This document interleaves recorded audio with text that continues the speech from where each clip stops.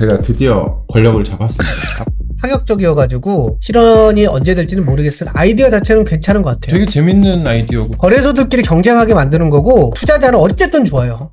블록 미디어의 제임스 정 기자입니다. 오늘은 사실은 우리 차 변호사님 특집입니다. 그래서 가운데로 자리를 이렇게 옮겼는데 일단 차 변호사님 인사 좀 해주십시오. 네, 안녕하세요. 차상진입니다. 제가 드디어 권력을 잡았습니다. 앞으로 이 상태로 쭉 가게 될지 아니면 3일 천하가 될지는 다음 주에 보면 알겠죠. 블록 미디어에 이제 봄이 오고 있습니다. 뭔 소리야. 자리 바꾼 거 가지고 엄청나게 의미부여하네. 자, 김영욱 기자님도 인사해 주세요. 네, 저는 한때 JJ 기자의 왼팔이었지만 차상진 변호사의 오른팔이 다들 왼팔보다 더 좋습니다. 다들 반역자들이구만. 그걸 자리 좀 바꿨다고 이렇게 태도가 바뀌나? 아유 참.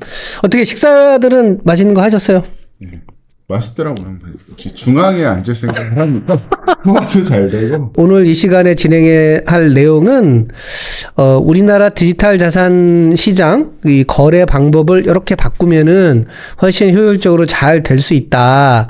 요런 아이디어를 차 변호사님이 이제 설명을 해 주실 거예요. 그래서 이제 거의 전적으로 차 변호사님이 이제 설명을 하시고 우리가 옆에서 그냥 조용히 듣는 걸로. 예? 김 국장님 그렇게 하면 되죠? 네, 이 저작권은 차상진 변호사한테 있습니까? 그렇죠. 벌써부터 이제 격벽 분리 이렇게 하는 겁니다. 아니 뭐 얘기하기도 전부터 무슨 뭐 저작권에 뭐 어디 아주 하여튼 제대로 된 내용 아니기만 해봐봐. 자, 그럼 이제 진행을 해볼게요. 근데 일단 그래도 우리가 어쨌든 일주일에 한 번 만나니까 시장 얘기를 해야 되는데 저희 직원 한 명이 그린 그림이거든요.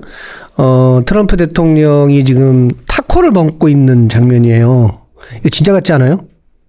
그러니까 사진이 네, 저게 지금 우리 멕시코 특파원이 자기가 잘 아는 타코, 원래 저렇게 길거리에서 먹는 거니까 타코는 거기서 실사 사진하고 트럼프 대통령 합성한 거거든요. 거기도 천막이 주황색인가 보죠. 그런가요? 그런가 봐요. 근데 저는 이게 실제로 멕시코의 한 거리의 타코집이고 그거를 이제 이미지 AI로 합성한 건데 난 다 좋아. 근데 저 앞에 있는 개는 뭐지? 저 개가 진짜 왜 거기 있는 거지? 늑군가? 안 잡히고 있던데. 하여튼 트럼프 대통령이 세게 나갔지만은 지금 이란 전쟁이 거의 끝나가는 분위기로 가면서 시장 분위기가 아주 좋습니다. 트럼프가 제발 사고 안 치고 넘어갔으면 좋겠다. 이런 말씀 드리고 자, 이제부터 시작을 할 텐데요. 앞부분에 이제 이 차상진 변호사님이 지금 말씀하시려고 하는 요 신박한 제안이라는 게 뭐냐면 이게 사실 주식 시장에 적용될 만한 내용이거든요. 근데 이제 개요를 앞부분에 조금 말씀드리면 지금 우리나라의 디지털 자산 기본법이 굉장히 표류 중인 사실이잖아요. 표류 중이거든요. 그래서 이제 이 법이 만들어진다고 할 때에 그러면 기왕에 법을 만든다고 하면 이렇게 조금 시간이 걸리더라도 만들어 보자 그런 취지에서 지금 법이 표류하고 있다는 말씀을 일단 드리고 이게 사실 언제 통과될지 잘 모르겠어요. 그다음에 이제 거래소 지분 제한에 대한 얘기도 나오고 있고 이래서 그다음에 이제 오늘 시간이 좀 되면은 신현송 한국은행 총재 후보자의 인사청문회 얘기도 좀 할 건데 신 총재도 주장하시는 것처럼 우리나라의 원화 스테이블 코인은 은행이 중심이 되어야 한다. 뭐 요런 얘기가 일단 있고 이게 사실은 법이 통과되는데 약간 걸림돌이 되는 상황이기도 해요. 그리고 이제 우리나라의 자본시장법에 규정되어 있는 매매 호가를 처리할 때 주문을 처리할 때에 최선 집행 의무라는 것이 있는데 많이 어렵습니다만 가장 좋은 가격으로 내 주문을 처리해야 돼 뭐 이런 거예요. 그래서 이게 제도가 있어요 이미. 그래서 이런 식으로 보도자료도 이미 나온 게 있고 2024년 6월에 이미 이런 제도가 있는데 우리나라는 이 최선 집행 의무가 주식시장에는 별무 소용이 없습니다. 왜냐하면 주식 주문을 처리하는 거래소가 우리나라에 하나밖에 없거든. 그래서 요게 이제 지금은 의미가 없지만 디지털 자산 시장 쪽에서는 굉장히 큰 의미가 있다. 이게 바로 차상진 변호사님의 주장이에요. 맞죠? 아, 그렇죠. 그래서 이 제도가 디지털 자산 시장하고 어떤 식으로 왜 관련이 있는 거냐? 여기서부터 이제 변호사님 말씀을 들으면 되겠습니다. 왜 관련이 있는 겁니까? 이게 최선 집행 의무도 어렵고 뭐 거래소 숫자랑 무슨 상관이 있냐 이게 또 어려울 수 있는데 사실 최선 집행 의무라는 건 어떻게 보면 좀 직관적인 개념이에요. 그 거래소가 이렇게 여러 개면 내가 주문을 할 때 어디는 뭐 100원 100원이고 어디는 110원이에요. 거래 가격이. 그러면 내가 주문을 넣을 때 사는 거면 당연히 100원에 살 수 있도록 주문을 넣고 싶고 파는 거면 110원에 거래되는 거래소에 주문을 넣고 싶잖아요. 네. 이런 것들을 봐서 가장 이 투자자한테 이익이 되는 거래소에 주문을 넣도록 하는 것이 최선 집행 의무입니다. 예. 거래소가 한 개면 어차피 한 군데에 들어가기 때문에 이 최선 집행 의무가 사실 그렇게 중요한 의미를 갖기 어렵죠. 아예 의미가 없는 거 아니에요? 거의 없다고 봐야죠. 근데 우리나라는 이제 갖기 어렵다고 제가 표현 드린 건 우리나라는 이제 한국 거래소가 있지만 또 그 넥스트레이드가 또 있지 않습니까? 대체 거래소 새로 나온 대체 거? 거래소가 있기 때문에 의미가 그렇죠. 네, 의미가 이제 있기는 하지만 그렇게 뭐랄까 미국 같은 경우에는 동일한 종목이 NIS랑 나스닥 두 개 다 상장돼 있기도 하고 하니까 그게 의미가 좀 더 강하죠. 근데 우리나라는 그 정도까지는 그렇게 강하지 않다. 이게 그러면 별로 쓸데도 없는 최선 집행 의무를 지금 차 변호사님이 들고 나오신 그 저희가 있는데 이게 이제 뭔가 의미가 있으니까 갖고 나오신 거니까 그래서 조금 더 네. 그 깊이 들어가 가지고 최선 집행 의무 중에서 여러 가지 용어가 나오는데 이게 아마 미국 주식 시장은 여러 개가 있거든요. 그래서 그 이쪽에서 먼저 이런 개념들이 나온 것 같은데 SOR 이거 뭐예요? 스마트 오더 시스템 뭐 이런 거 이걸 먼저 알아야 된다면서요? 예. 죄송한데 이거 시스템이 아니라 라우팅. 죄송합니다. 제가 못하는 거예요. 스마트 오더 라우팅. 네, 맞아요. 네. 네, 이게 뭐냐면 이제 아까 말씀드린 것처럼 주문을 여러 뭐 거래소가 이렇게 있으면 그 중에서 그 가장 그 거래자한테 유리한 곳으로 이렇게 주문이 가도록 하는 그런 체계를 의미합니다. SOR이. 그런 체계를 의미하고. 근데 이것을 그 어디가 유리한지에 대해서 그러면 저 조금 더 이해를 돕기 위해서 하나의 종목이 미국 같은 경우에는 A 거래소에 상장이 돼 있기도 하고 B 거래소에 상장이 돼 있기도 하고 근데 순간적으로 A 거래소와 B 거래소의 가격이 달라요. 그죠? 그러면 미국의 주식 투자자들은 내가 거래하는 증권사에다가 주문을 넣을 때 그냥 무조건 좋은 데다가 제일 좋은 가격으로 팔아줘. 제일 뭐 좋은 가격으로 사줘라고 주문을 하면은 증권사가 알아서 A 거래소 가서 주문을 내기도 하고 B 거래소 가서 주문을 내기도 하고 뭐 이런 거예요? 그렇게 되죠. 그렇게 되고. 그거를 약자로 스마트 오더 라우팅. 그렇죠. 예. 그렇게 되고 그리고 이 라우팅이라는 게 이제 우리나라에는 좀 생소할 수 있는데 그럴 수가 있어요. 제가 가령 NISE야. 주문을 받았어. 그 증권사로부터. 그러면 내가 받았는데 옆 동네가 나보다 더 어떻게 보면 매수자한테 더 좋은 주문을 가지고 있네? 옆에 거래소가? 네, 옆으로 제가 토스를 해야 돼요. 아, 무조건? 네, 토스를 해야 하면서 일종의 라우팅 피를 받죠. 아, 그러니까 나한테 들어온 주문이더라도 이거보다 더 좋은 주문이 다른 거래소에 있으면 의무적으로 넘겨줘야 돼요. 예, 오. 되어 있습니다. 그리고 넘겨주는 대신 조금 수수료를 받게. 네. 아, 어떻게 보면 합리적이긴 한데. 그렇죠. 그러면 넘겨주는 수수료하고 호가상의 이익하고 비교를 해야 될 것 같은데? 그렇죠. 근데 그래서 사실 미국 트레이딩 시스템 발달한 게 또 이런 거랑도 관련이 있는데 그런 경우가 있어요. 가령 이제 우리 거래소는 10.1달러에 내가 매수할 수 있어. 근데 옆 동네는 10달러야. 그러면 주문이 들어왔으면 옆으로 넘겨야 되죠. 근데 옆으로 넘기는 순간 라우팅 피가 0.3달러가 딱 발생을 해. 그럼 배보다 배꼽이 더 큰 거 아니야? 그렇죠. 그러면 이제 투자자 입장에서 야 그냥 10.1달러 주고 너네한테 샀게 하고 싶잖아요. 그래서 미국 같은 경우 이런 거래 시스템을 제공을 증권사들이 할 때 이런 경우에는 주문을 이렇게 붙잡고 있도록 하는 버튼이 있어요. 그래서 이 경우에는 그냥 대기해. 들어가면 바로 거래소는 주문 받는 순간 바로 라우팅할 수밖에 없잖아요. 오. 그러한 버튼도 이렇게. 야, 그러니까 그 버튼 누가 하고 있는 거예요? 그러니까 증권사가 그 시스템을 만들어서 그 트레이더들한테 공급을 하죠. 그런 것들. 그러니까 이 SOR이 되게 좋은 제도인 것 같은데 수수료가 여기 개입을 하는 거 보니까 조금 복잡해지긴 하네. 그 유리한 정도가 수수료보다 커야만 의미가 있는 거네. 그죠? 그렇죠. 그리고 그 유리한 정도를 따질 때 수수료도 있지만 실은 그 유동량이나 주문 체결 가능성은 상당히 있어요. 그러니까 주문이 나갔지만 주문이 체결이 안 되면 아무 의미가 없으니까. 그렇죠. 아무 의미가 없죠. 왜냐면 A 거래소는 이제 가령 그 뭐랄까 유동성이 굉장히 풍부해서 거래량이 많을 수도 있고 아니면 변동성이 풍부해서 내가 다소 지금 형성되어 있는 시세보다 조금 낮다 할지라도 계속 내려갔다 올라갔다 치면서 결국은 빠르게 치고 왔다 갔다 하면서 거래가 일어나는 거래가 건데. 일어날 수 있어. 근데 A 거래소는 그런데 B 거래소는 가격은 지금 당장은 좀 더 우호적이나 여기는 잘 안 내려와. 만약에 내가 A 거래소에서 매수 주문을 딱 조금 더 낮게 냈었다면 계속 치고 올라오면서 뭐 한 번은 아니지만 여러 번에 끝날 수 있었는데 B 거래소는 물량은 크지만 뭐가 좀 잘 안 내려와. 그래서 거래가 아예 안 될 수도 있고 뭐 이런 현상이 발생할 수 있어서. 그러니까 그런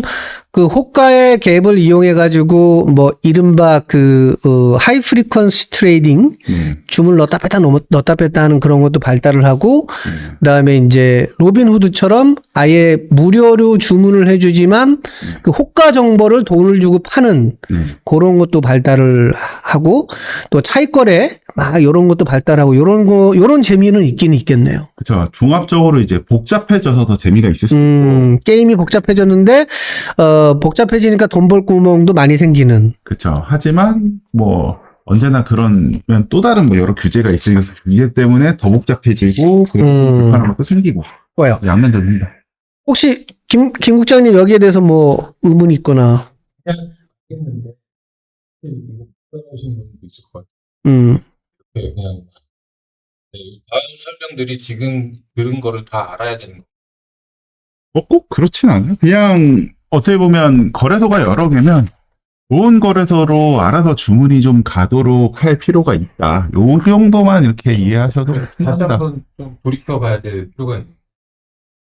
미국은 거래소가 엄청 많죠. 한 뭐 SEC에 등록된 것만 10몇 개가 되는 걸로 제가 알고 있는데.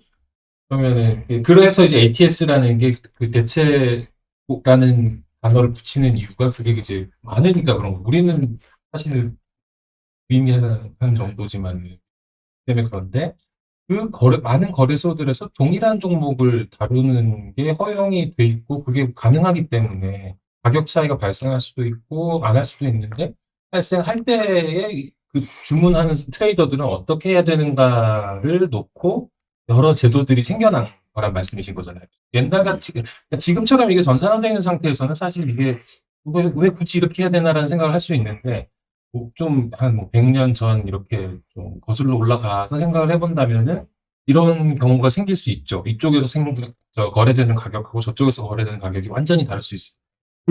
제가 지금 김 국장님 얘기하시니까 떠오르는 영화 장면이 하나 있어요. 그 스팅이라고 하는 영화 보면 이건 뭐 주식 거래는 아닌데 예전에 그 막권업자들이 지금 말이 달리는데 어떤 말이 1등인지 예전에는 통신이 좋지 않을 때여가지고 그거를 막 이렇게 무슨 종이 테이프 같은 데다가 이렇게 쫙 무전으로 치면은 그거를 띠로 만들어가지고 통치를 해준 거예요. 그래서 지금 몇 번 말이 지금 트랙을 한 바퀴 돌았는데 몇 번 말이 1등이다 뭐 그런 게 쫙 나와요. 근데 이제 이 스팅이 그 영화가 원래 도둑놈들 얘기잖아요.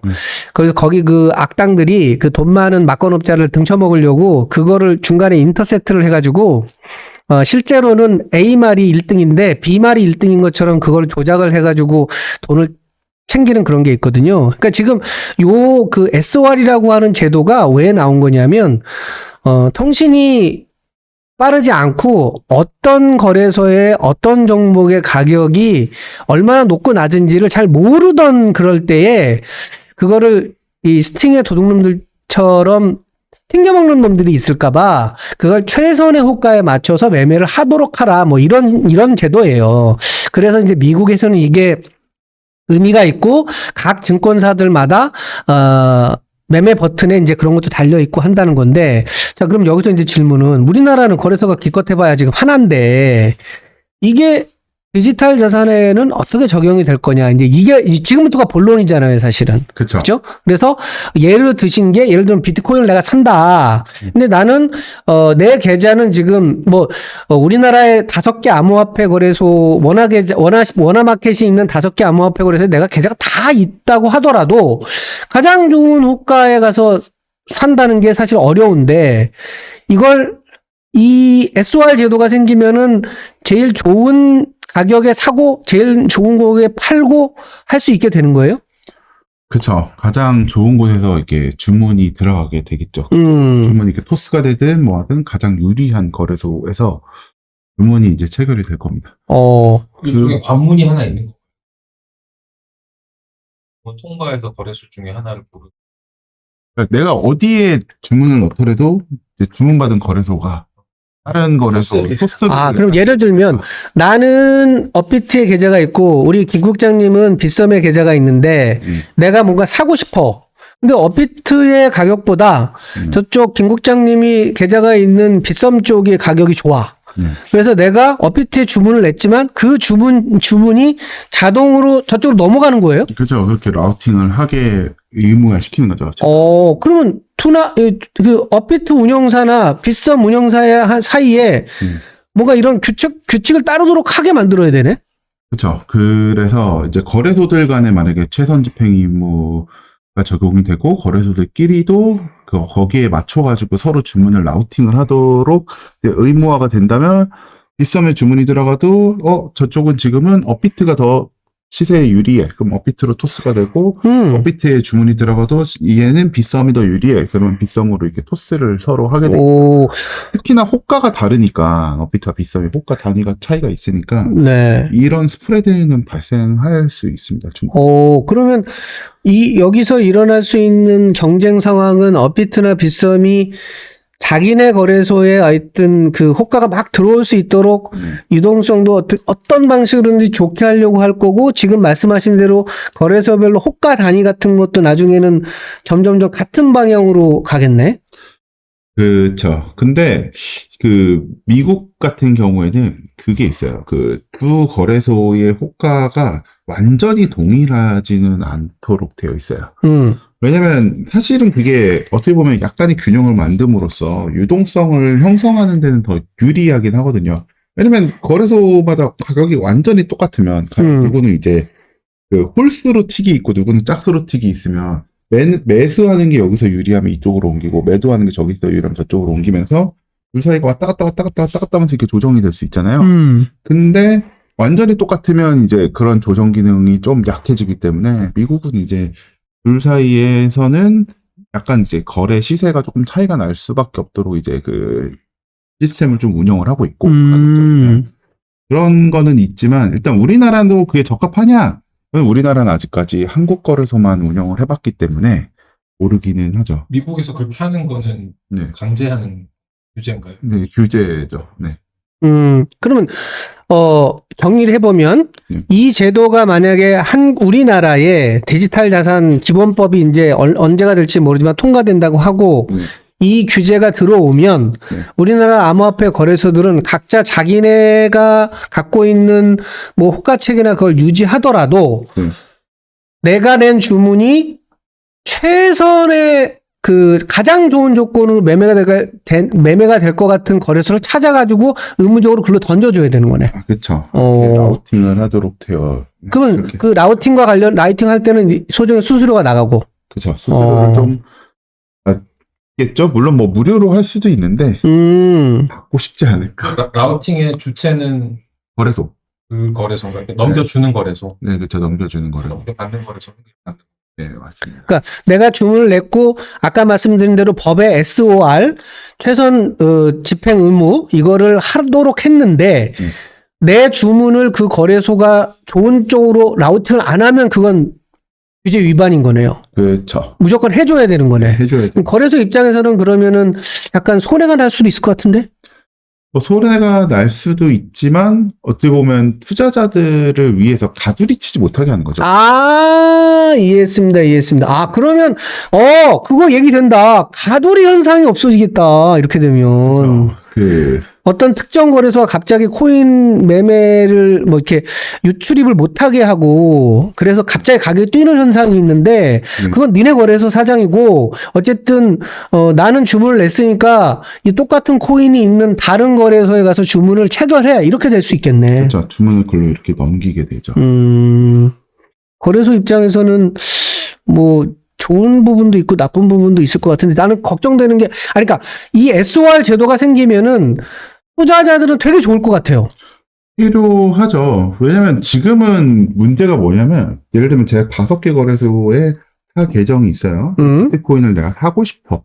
사고 싶고 각각 제가 뭐 100개씩 살 수 있는 투자네. 100개씩 살 수 있는 그런 또는 100개씩을 갖고 있거나 100개씩 살 수 있어. 그런데 한쪽 거래소가 되게 시세가 좋아서 거기서 제가 한 300개를 매도하거나 300개를 살려고 했을 때 지금은 하려면 A 거래소가 제일 좋다. 그럼 A 거래소에 딱 주문을 넣고 나머지 있는 것을 A 거래소로 쭈루루 옮긴 다음에 다시 또 주문을 내야 되는 뭐 이런 상황이라면 그 말도 안 되지. 그쵸? 현실적으로는. 이게 순간적으로 가격이 바뀌는데. 그렇죠. 근데 만약에 이제 뭐 미국 증권 시장과 같은 현상이라면 제가 한 군데 주문을 딱 넣으면 거기서 알아서 그 라우팅을 해서 한쪽 가장 좋은 쪽으로 거래소로 주문이 다 들어가고 또 다른 중요한 게 하나가 있는데 지금은 각각 거래소들이 다 보관하고 있잖아요. 그러면 내가 A 거래소에 있는 걸 B 거래소로 옮겨서 하려고 하면 다시 출고할 때 수수료 또 내야 되잖아요. 맞아요. 예. 근데 뭐 증권시장 같은 경우에는 어차피 미국은 DTCC라는 곳에서 다 보관을 하고 있기 때문에 그 출고 수수료가 안 나가요. 그렇죠. 그 안에서 그냥 어떻게 보면 실제 엑셀은 아니지만 엑셀처럼 장부가 있으면 A 거 100개 빼고 B 거 이렇게 올리고 그렇게 해서 그냥 끝나요. 그러면 가스비도 안 나가요. 이 제도가 들어오면 거래소의 역할이 굉장히 제한될 것 같긴 하네요. 그렇죠. 네, 그래서 지금 이제 차 변호사님이 이제 주장하는 제안 주시는 것 중에 하나가 이 SOR이 제도화가 된다고 하면은 거래소하고 투자 매매 또는 이 중개업자가 완벽하게 분리가 돼야 될 거다. 뭐 이런 말씀이에요. 그렇죠. 저는 이제 오늘 드리려고 했던 말씀이 그거예요. 그 증권시장처럼 그 중개 또는 매매업자, 그러니까 증권사 같은 역할을 하는 아이가 거래소와 분리돼서 있어야 된다. 지금은 우리나라 암호화폐 거래소는 이게 한꺼번에 다 되거든요. 우리가 주식 주문을 낼 때는 예를 들면은 뭐 삼성증권이다, 미래에셋증권이다 주문을 내면은 거기서 체결되는 게 아니라 이거를 KRX라고 하는데 보내가지고 모아갖고 체결을 하잖아요. 근데 우리는 지금 디지털 자산은 그렇지 않거든요. 거래소에서 주문을 내면 거기서 주문받은 그 자리에서 그냥 그 안에서만 체결이 되는 건데 지금 차 변호사님 주장한 걸 분리하자는 얘기예요. 그렇죠. 분리해서 가령 제가 중개업자라고 할게요. A 중개업자한테 주문을 던지면 얘가 보는 거야. 이 주문은 거래소가 1번부터 5번까지 있으면 어디에 하는 게 제일 좋은지 봐서 거기 정확하게 거기 딱 집어넣는 거죠. 그게 이제 최선 집행임으로 그렇게 해야 얘가 이행하는 거죠. 괜히 가서 그 100달러에 살 수 있는데 110달러짜리에 넣지 마라. 그러면 이거죠. 나는 그 투자 매매업자하고 나하고 거래를 하는 거래 관계가 생기는 거네. 그렇죠. 네. 그리고 그 매매업자가 거래소한테 제일 좋은 호가를 찾아서 나 대신 알아서 해주는 거고. 그렇죠. 네, 걔네가 거기서 그렇게 해주도록. 그럼 또 수수료 받는 거 아니에요? 수수료는 받을 수 있지만 기존의 거래소가 받는 수수료를 쪼개서 받겠죠.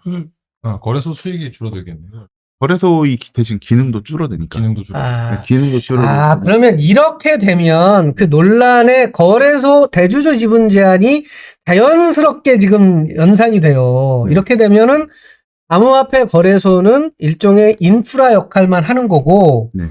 그러니까 대주주 지분이 낮아져야 되는 게 맞는 거고, 투자 매매업자 또는 투자 중개업자는 지분 제한 없이 이제 경쟁이 붙겠구만. 여기서. 그쵸. 그러니까 거래소를 꼭 하나만 둘 필요는 없다는 생각은 하는데 그거죠. 그러니까 이렇게 하고서 지분을 무조건 분산하자까지는 아니에요. 근데 최소한 지금 금융위원회 이 논리는 거래소가 이제 공공 인프라 아니냐. 그러니까 지분을 분리하자. 이거지 않습니까? 근데 최소한 그 지분 분리를 주장하기 위해서는 거래소와 이런 매매 중개업자를 분리를 시켜야 분리시켜서 비즈니스는 매매 중개업자가 하고 거래소들은 그냥 인프라로서만 기능을 하는 상태까지는 만들어줘야 그래야 이 거래소에 대해서 지분 분산 뭐 이런 얘기들을 좀 할 만한 최소한의 토대는 마련이 된다. 거래소가 인프라면은 그렇죠. 지분 제한을 둘 수 있다는 말씀이신 거죠? 상대적으로 좀 더 정당화는 된다. 왜냐면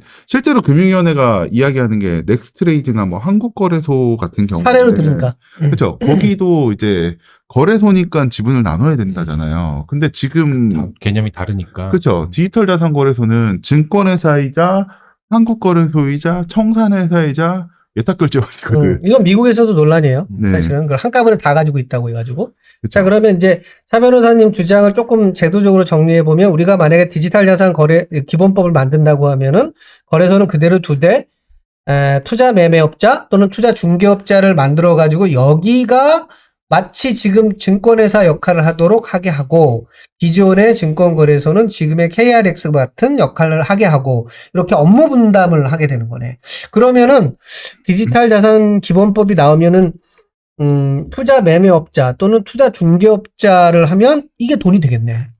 그쵸. 그거는 돈이 되고, 그리고 사실 경쟁 효과도 더 좋은 것 같아요. 그러니까 경쟁이 되겠지. 그쵸. 그리고 무엇보다도 그 프라임 브로커 업무도 사실은 뭐랄까 적극적으로 할 수 있는 기본적인 토대가 되죠.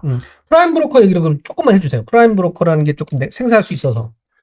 이제 프라임 브로커는 그런 거예요. 펀드가 이렇게 있으면 펀드는 돈을 빌려가지고 투자하기도 하고, 뭐 물론 디지털 자산 시장이면 USDT를 빌려서 투자할 수도 있고, 아니면 코인 자체를 빌릴 수도 있겠죠. 디지털 자산 자체를 빌릴 수도 있는데, 어쨌든 펀드는 차입도 해야 되고, 뭐 대여도 해야 되고, 그리고 그 펀드가 거래를 하면 거기에 따라 이제 장부도 정리를 해야 되고, 뭐 이런 여러 가지 복잡한 업무들을 하는데, 사실 펀드 입장에서는 그 운용을 할 인력이라든지 시설이나 장비를 좀 최소화하고 싶어요. 그러니까 야, 그런 것들은 니네 보통 증권사들이 많이 하거든요. 증권사 네가 그냥 다 해. 내가 너한테 그 수수료 줄게.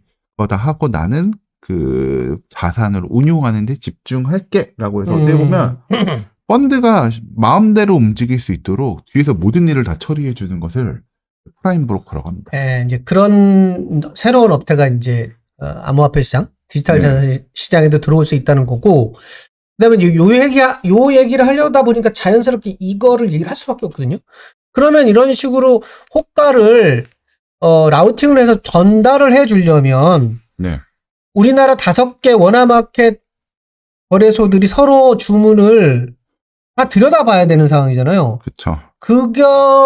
그게 일종의 통합 오더북인 거예요? 그러니까 통합 오더북이라는 말하고 네. 오더북 공유하고 다른 거예요, 같은 거예요? 오더북 공유라는 얘기는 계속 나오는데. 두 개는 좀 차이가 있는데 오더북 공유는 뭐냐면 내 오더북이 있어. 그거를 다른 애한테 공유를 해주는. 그러니까 내가 거래소야. 네. 그러니까 JJ 거래소하고 김혜영 거래소하고 야, 우리 호가를 서로 공유하자. 네. 그쵸. 그 오더북을 공유하자. 오더북을 공유하자. 네. 그렇죠. 그거하고 통합 오더북은 어떻게 다른 거예요? 통합 오더북은 오더북 자체가 A 거래소, B 거래소, C 거래소, D 거래소가 하나로 돼 있는 거죠. 그러니까 예를 들면 제가 증권사예요. 증권사하면 내가 모든 거래소에 주문을 넣을 때 통합 오더북으로 넣으면 얘네들 자체가 하나로 연결돼 있으니까 그 어떻게 보면 그 오더북 공유는 정보만 공유, 통합 오더북은 이제 체계 자체가 이제 공유가 하나로 돼 있는 거죠. 네. 그러면 진짜 거대한 하나의 거래소가 있는 것처럼 느껴지겠네. 투자자들 입장에서는. 근데 그게 필요할 수밖에 없어요. 왜냐면 여러 거래소의 매수 매도 호가 정보가 하나로 좀 합쳐져 있어야 가장 내가 여기서 어딜로 우리 고객이 주문을 던져야 될지가 가장 명확하게 나오기 때문이죠. 거래소들은 뭘로 차별화를 해요? 그렇게 하면 거래소들의 자기들이 서비스를 우리가 더 잘합니다라는 걸 어필할 수 있는 경쟁력은 어디서 나오나요? 거래소의 경쟁력은 뭐 저는 좀 그렇게 생각해요. 첫 번째는 가장 먼저 그 종목이 있고, 아, 상장. 그죠? 종목이 있고, 뭐 누구는 뭐 어떻게 만약에 보면 종목이 다르면 가둘이 가능해지잖아요. 그렇죠. 가능해지긴 하지만 또 종목끼리도 사실 경쟁 종목도 있잖아요.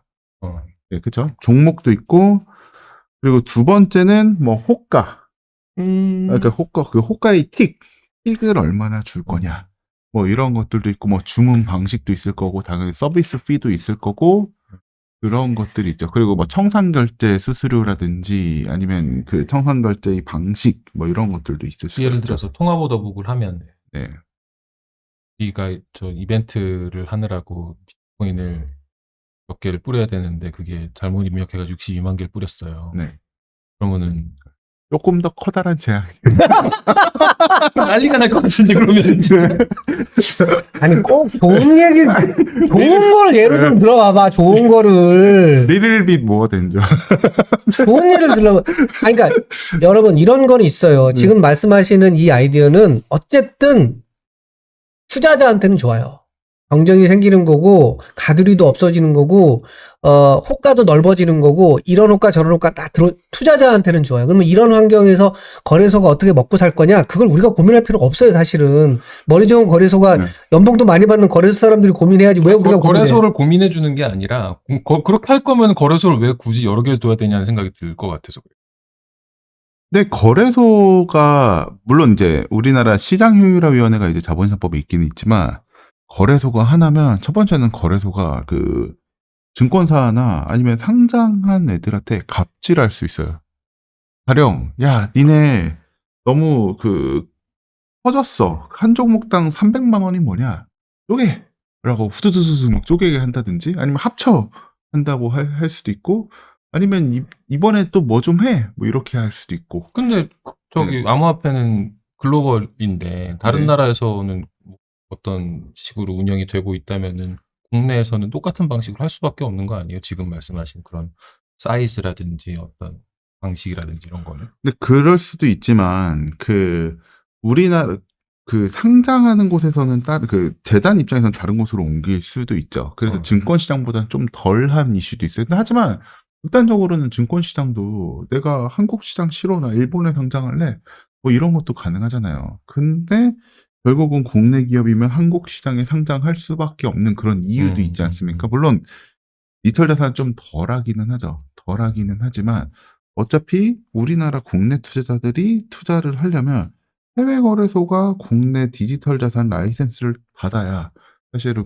할 수 있잖아요. 원래는 그냥 막 했는데 또 그거 어플리케이션도 이제 못 깔잖아요. 해외여행 가면 깔 수 있나 모르겠네. 지금 이제 이 아이디어는 조금 파격적이어가지고, 아직 디지털 자산 기본 법도 막 정체돼 있는 상태여가지고, 실현이 언제 될지는 모르겠으나 아이디어 자체는 괜찮은 것 같아요. 되게 재밌는 아이디어고 되게 네, 왜냐면 거래소들끼리 경쟁하게 만드는 거고, 중개 매매업자가 새로 생기고, 프라임 브로커 업자가 새로 생기고 하면은, 투자자는 어쨌든 좋아요. 왜냐하면 지금 수수료가 너무 특정 거래소로 막 그 몇몇 거래소로 집중되는 것 때문에 서비스 개선이 안 된다는 얘기가 나오고 있으니까 이런 게 생겨갖고 역할이 분할이 되고 시장 참여가 늘어나면 어쨌든 시장 좋아지는 거예요. 우리나라 증권거래소가 뭐 지금 코스피가 6천 넘어가고 막 이래가지고 굉장히 좋은 것처럼 돼 있지만 제가 알기로는 지금 이 KRX 시스템은 처음에 그 증권 관련된 법이 만들어진 이후로 단 한 번도 근본적으로 바뀐 적이 없어요. 그러니까 거래소 딱 하나죠. 여의도에 있는 거래소. 본사가 지금 부산으로 옮겼습니다만 하나거든요. 그러니까 이 모양 이 꼴이었던 거예요, 사실은. 그게 거래소가 두 개, 세 개 서로 경쟁을 했으면은 아마 거기 리스팅하는 상장하는 종목들도 막 서로 끌어올라고 하고 나스닥하고 뉴욕 증권거래소 서로 경쟁하는 것처럼 그렇게 경쟁했을 텐데 우리나라는 그게 없었거든. 그러니까 늦어지는 거예요. 그러니까 디지털 자산 시장 쪽에서는 이렇게 거래소끼리 경쟁도 시키고 이런 거 좋은 것 같아요. 뭐 사람마다 이제 견해는 다를 수 있는데 말씀하신 그런 기회가 우리도 있기는 했어요. 왜냐면 코스닥 시장 처음에 생겼을 때 금투협에서 이제 주식회사 코스닥 만들어가지고 그 거래를 했잖아요. 물론 상장 시장은 아니었죠 당시에는. 근데 그렇게 해서 이제 거래가 되다가 합쳐졌어요. 물론 그 주식회사 코스닥에 있던 분들은 너무 좋았죠. 큰 데로 간다고. 합쳐지면서 연봉도 오르고 복지도 좋아지고 너무 좋긴 하지만 사실은 어떻게 보면 좀 배성이 좀 더 강하게 두 개가 달랐는데 지금은 약간 어떻게 보면 상하위가 됐죠. 상하위 리그와 같은 성격이 좀 더 강해졌잖아요. 그래요. 뭐 네. 그래서 이 속된 말로 지금 우리나라에는 사실 리가 3개 있어요. 1부, 2부, 3부 이런 식으로. 3부는 뭐예요? 그 코넥스. 코넥스라고 이제 근데 그거도 잘 안 돼요, 사실은. 네. 거기서 원래 의도는 그 약간 벤처 또 이런 모험스러운 종목들도 좀 넣고 하는 거였는데 거래소가 그거 잘못될까봐 잘 안 하고 업체들도 막 좀 이상한 업체들이 가고 막 이래가지고 안 좋다고요.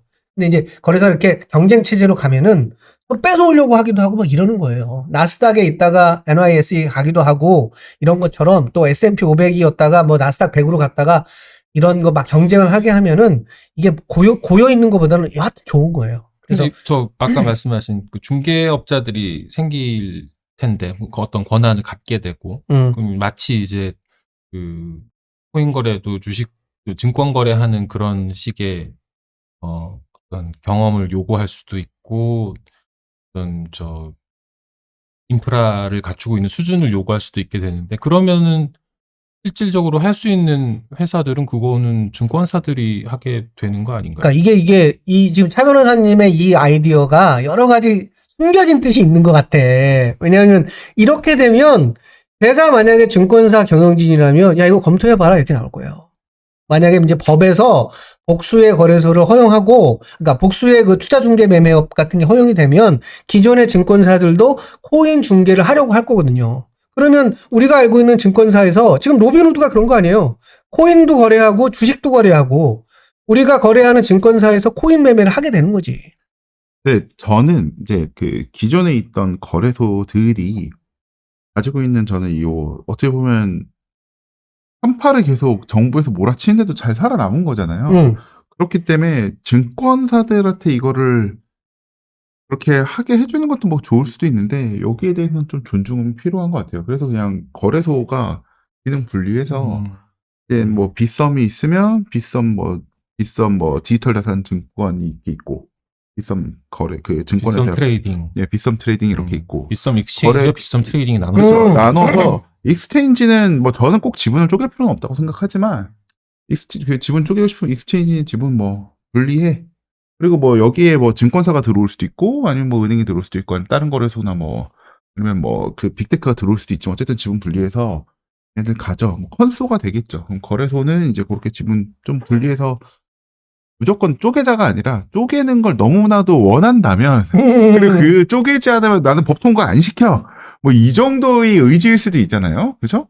그런 정도라면 그래. 그러면 그 디지털 자산 거래소 기능과 어떻게 보면 그 증권업과 같은 매매 중개 브로커리지 기능을 좀 분리해서 거래소 부분에 대해서는 뭐 좀 쪼갤 수도 있다. 그러니까 이러면 그죠? 네. 그 논란의 금과 분리도 자연스럽게 이제 네. 해소가 되는 게 그러면 빗썸 예를 들은 거예요. 빗썸 거래소를 2개로 나눠. 그러니까 빗썸 익스체인지는 이렇게 인프라 기능을 하라고 하고 빗썸 트레이딩 또는 뭐 빗썸 뭐 디지털 뭐라고 불러요. 디지털 거래소 디지털 매매 브로커리지. 예, 브로커리지라고 해요. 합시다. 빗썸 브로커리지가 분리됐다고 치면은 똑같은 방법으로 우리 그럼 빗썸 증권도 하게 해주세요.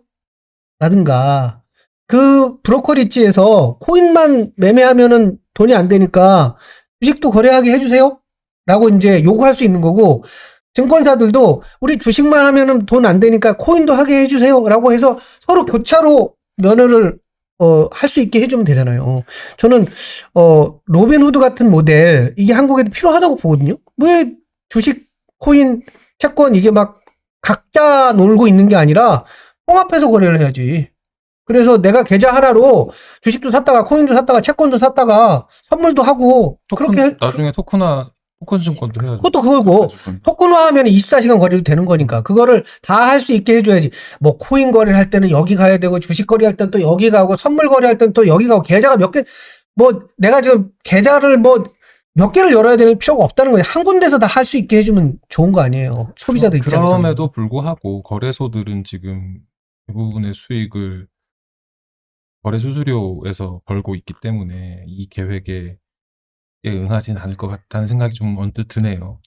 근데 수수료는 어차피 자기가 브로커리지, 그러니까 지금은 익스체인지에서 나오는 피가 네, 일부만 남고 상당수는 이제 브로커리지로 옮겨가기 때문에 어떻게 보면 계정 분리, 계정 분리라서 그럼 같은 회사, 사실 같은 네, 모기업 아래에 있어도 되는 거예요, 그게 그러면? 뭐 일부 지분은 뭐 가져도 되지 않을까요? 아까 얘기한 통합 오더북이나 최선 집행 의무를 하게 되면 그게 의미가 없지. 내가 모회사는 비싼 모회사지만 내가 브로커리지로서 나는 뭘 해야 되냐면 내 호가 중에 내 고객들한테 최선의 호가를 줘야 되니까 비썸에다만 주문을 넣는 게 아니라 업비트로도 보내야 되는 거잖아요.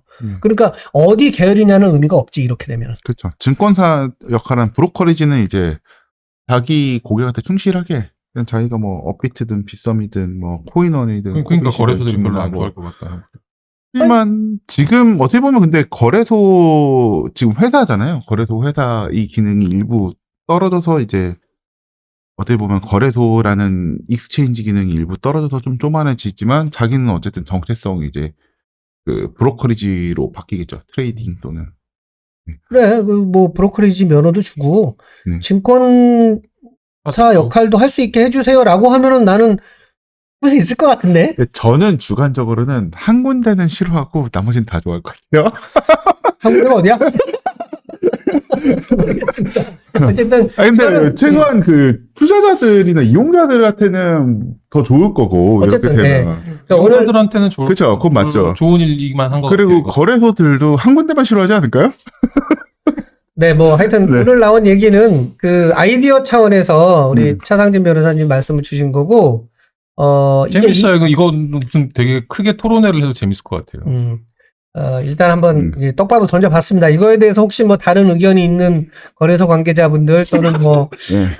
증권사분들 또 얼마든지 말씀 주시면 이거 안 된다 절대 또는 이거 해야 된다 이런 의견들이 있으면 말씀 주십시오. 저희가 이제 발언 기회를 드리도록 하겠습니다. 이제 그 다음 아이템으로 넘어갈 텐데 그 전에 제가 지금 오늘 입고 있는 옷이 좀 특별하지 않으세요, 여러분? 이게 저희가 다음 주에 있는 홍콩에 그 웹3 행사에 저희 직원들이 가는데 거기 부스에서 입을 옷을 제가 입고 나왔거든요. 그래서 블록미디어 뉴스도 해요 이번에? 이번에 저희가 부스 운영을 좀 해보려고. 우와. 근데 세계로 뻗어가는 블록미디어. 네. 이 뒤에가 더 멋있어요. 뒤에 한번 보여주시죠. 네. 보이나요? 아, 그쵸. AMA. Ask me about Korean Web3. 홍콩에 가서 이렇게 자랑질 좀 하고 오겠습니다. 한국의 디지털 자산 시장은 누구를 통한다? 블록미디어를 통한다. 그 중에서도 누구를 통한다? 우리 김혜원 국장님과 차상진 변호사님, 이 오라이의 전문가들을 통하시면 됩니다. 홍콩 웹3 페스티벌 하면은 이제 전통적으로 이제 홍콩에서는 가장 큰 디지털 자산 행사고 해시키가 주최하는 행사잖아요. 이게 홍콩이 아마 다음 주에 들썩들썩 할 건데 그 한가운데 블록미디어가 있다니까 또 가슴이 뜨거워지네요. 이게. 빈크립토도 갈 거잖아. 뭘. 뭐 가겠지 뭐. 자, 오늘 오라이는 이렇게 마무리를 하면 될 것 같습니다. 사실 좀, 제가 처음 시도를 해보는 거거든요. 이 세트를 바꾸는 거. 아니, 차 변호사님이 일종의 정책 제안을 한 거예요, 이게. 그래서 디지털 자산 법이 만들어지는 과정에서 거래소의 기능과 역할을 분리하자라는 거거든요. 그걸 분리했을 때에 최우선 호가 제도 같은 거, 그런 의무조항 같은 걸 넣어가지고 투자자한테 훨씬 유리하게 만들어주자. 요런 아이디어이기 때문에, 재밌는 것 같습니다. 요런 거를 적극적으로 좀 제도화할 수 있는 거를 모색해보면 좋을 것 같고, 여기서 이거 진짜 농담 아니고요. 이거에 대해서 의견이 있으신 분들은 말씀을 주시면 한번 따로 저희 스튜디오로 모셔가지고 반대 의견도 듣고 이렇게 하는 시간을 갖도록 하겠습니다. 이렇게 하면 됐죠? 참 변호사님? 그렇죠. 그리고 이미 그 분리를 할 수 있도록 어느 정도 정돈이 돼 있는 법안들도 발의가 돼 있어요. 그런 이제 중요한 법들에 대해서 또 기회가 되면은 조곤조곤 설명을 드리는 시간을 갖도록 하겠습니다. 자, 지금까지 블록미디어의 제임스 정 기자였고요. 네, 차상진이었습니다. 네, 또 인사해 주십시오. 김혜환이었습니다. 다음 주에 뵙겠습니다. 감사합니다. 네.